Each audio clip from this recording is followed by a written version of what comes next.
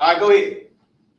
For the law having a shadow of good things to come. But it was a shadow for good things to come. That's why he's gone now. He was just a shadow. Now remember, I said this before, and I hope this is a good example still.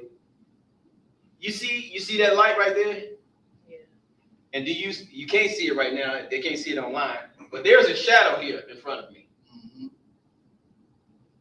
gotta see what I'm saying. There is a shadow in front of me. Which one gets there first, the shadow or me? Shadow. The shadow was there first.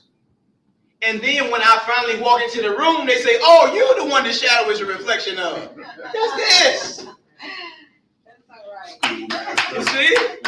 That's it. That's why it was a schoolmaster. It was showing you that something's coming. This wasn't the real deal, though.